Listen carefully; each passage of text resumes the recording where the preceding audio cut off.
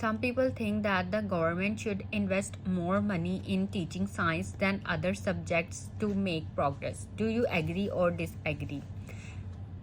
सो ये agree disagree ऐसे आपने एक साइड जो है वो चूज़ करनी है, या तो आप एग्री करेंगे या डिसएग्री करेंगे, और आप अपने बॉडी पैराग्राफ्स जो हैं वो उसी तरह से डिज़ाइन करेंगे कि आप एग्री करते हैं या डिसएग्री करते हैं.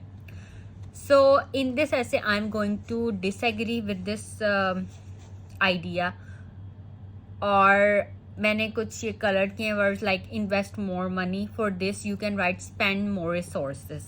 मतलब जब हम इंट्रोडक्शन लिखेंगे वाइल पैराफ्रेजिंग, रेपिटिशन जो है वो अलाउड नहीं है. आप जो है आपने या तो सिनोनिम्स यूज़ करने हैं या topic related vocabulary words use करने हैं अपने ऐसे में, in order to show the examiner that you have a range of vocabulary. For teaching science, you can write imparting science education. So first look at this introduction. It is irrefutable that scientific knowledge is increasingly important in our technological world and in the practical world of jobs and careers. So this is a general statement. Therefore, some individuals opine that government should spend more resources on imparting science education. However, I disagree with this view. I firmly believe that in a technological age, the study of arts and humanities is probably more important than ever. And so, these subjects should be given as much importance as is given to science.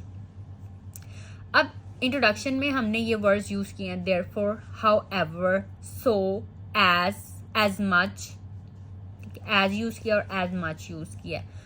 तो आपने भी ये words use करने हैं, ठीक है. हम जैसे वर्ड्स ढूंढते रहते हैं, कोई ऐसे वर्ड्स मिल जाएं जो हम अपने स्पीकिंग में और राइटिंग में हर एसे में और हर स्पीकिंग के हम मतलब टॉपिक में यूज़ कर सकें. तो ऐसा नहीं होता. मतलब ये प्लेथोरा इस तरह के वर्ड्स ये सिखाते हैं. मतलब तो ये जो है वर्ड्स, ये वाले वर्ड्स ऐसे हैं जो आप अपने हर टॉपिक में यूज़ कर सकते हैं. सो, एज, और ये आपने यूज़ करने हैं, ठीक है. इन्हीं वर्ड्स को यूज़ करके आप कॉम्प्लेक्स स्ट्रक्चर्स लिख सकते हैं, ठीक है. क्योंकि अगर आप सिर्फ सिंपल सेंटेंसेस यूज़ करेंगे अपनी राइटिंग में और अपने स्पीकिंग में, तो आपके बैंड स्कोर्स जो हैं वो मुश्किल है कि वो आप अपने मतलब डिजायर्ड बैंड स्कोर्स ने आपको ये वर्ड्स यूज़ करने पड़ेंगे. देयरफॉर, हाउएवर, और स्पीकिंग में भी हाउएवर, ऑल्दो, इवन दो, ये आपने वर्ड्स यूज़ करने हैं, ठीक है. So, as much as. Now look at this first body paragraph. Undoubtedly, the study of science is essential. Science is the study of the world around us. By learning science, we all learn about the world that we live in. So this body paragraph is about advantages of studying science. And this body paragraph, this second body paragraph, this is about the advantages of studying arts and humanities. Okay. So, studying the arts and humanities and study of science, okay. And this body paragraph is about the more advantages. We all need some spark and beauty in our lives that only the study of arts can bring it.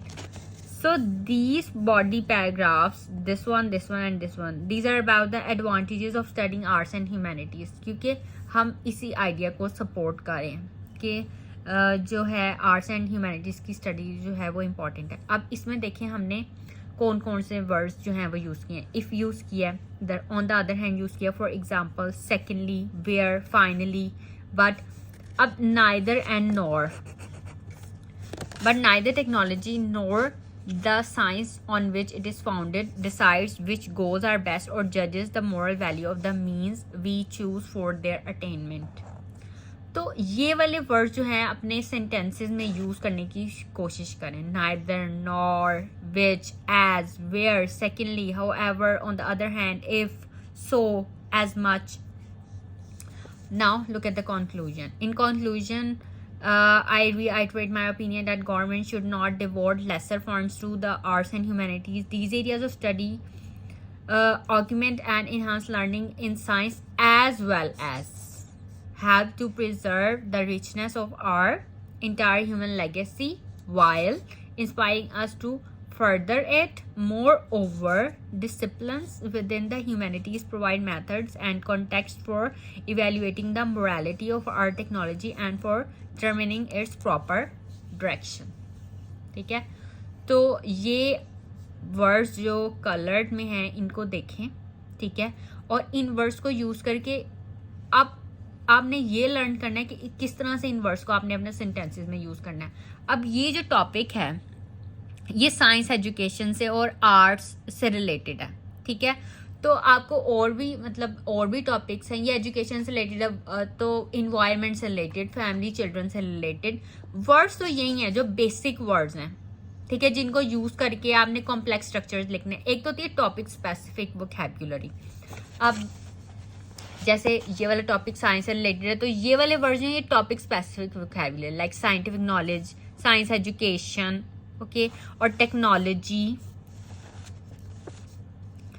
Scientist, ये जो है ये topic related vocabulary words हैं, ये एक अलग चीज़ है, ठीक है. लेकिन ये जो इस तरह के वर्ड्स हैं ना, ये जो ऑरेंज में कलर है, ये वाले आप हर अपने एसे में यूज़ कर सकते हैं. नाइदर नॉर वेयर, और इन्हीं वर्ड्स को यूज़ करके आप कॉम्प्लेक्स स्ट्रक्चर्स लिख सकते हैं. सिर्फ सिंपल सेंटेंसेस अगर आपने लिखना है वो तो आप इज, द, एम, ये बस यूज़ करके तो आपने अपने सिंपल सेंटेंसेस लिख लेने हैं. लेकिन अगर आपने उनको कॉम्प्लेक्स बनाना है, कंपाउंड बनाना है, तो आपको ये वर्ड्स यूज़ करने पड़ेंगे. और ये जैसे कनेक्टर्स होते हैं, मोर ओवर, ठीक है, सेकेंडली, फाइनली, ये वर्ड्स आपने अपनी स्पीकिंग में भी यूज़ करने हैं. तो इन्हीं को लिखकर आप अपने डिजायर्ड बैंड स्कोर्स ले सकते हैं, ठीक है. आपका सेंटेंस स्ट्रक्चर ठीक होना चाहिए, आपकी टॉपिक रिलेटेड वोकैबुलरी ठीक होनी चाहिए, स्पेलिंग मिस्टेक्स नहीं होनी चाहिए, ग्रामेटिकल मिस्टेक्स नहीं होनी चाहिए. तो आप जो है वो 7, 7.5, 8 बैंड स्कोर्स कर सकते हैं, ठीक है. तो that's all for this video. If you have any questions you can ask me in comments.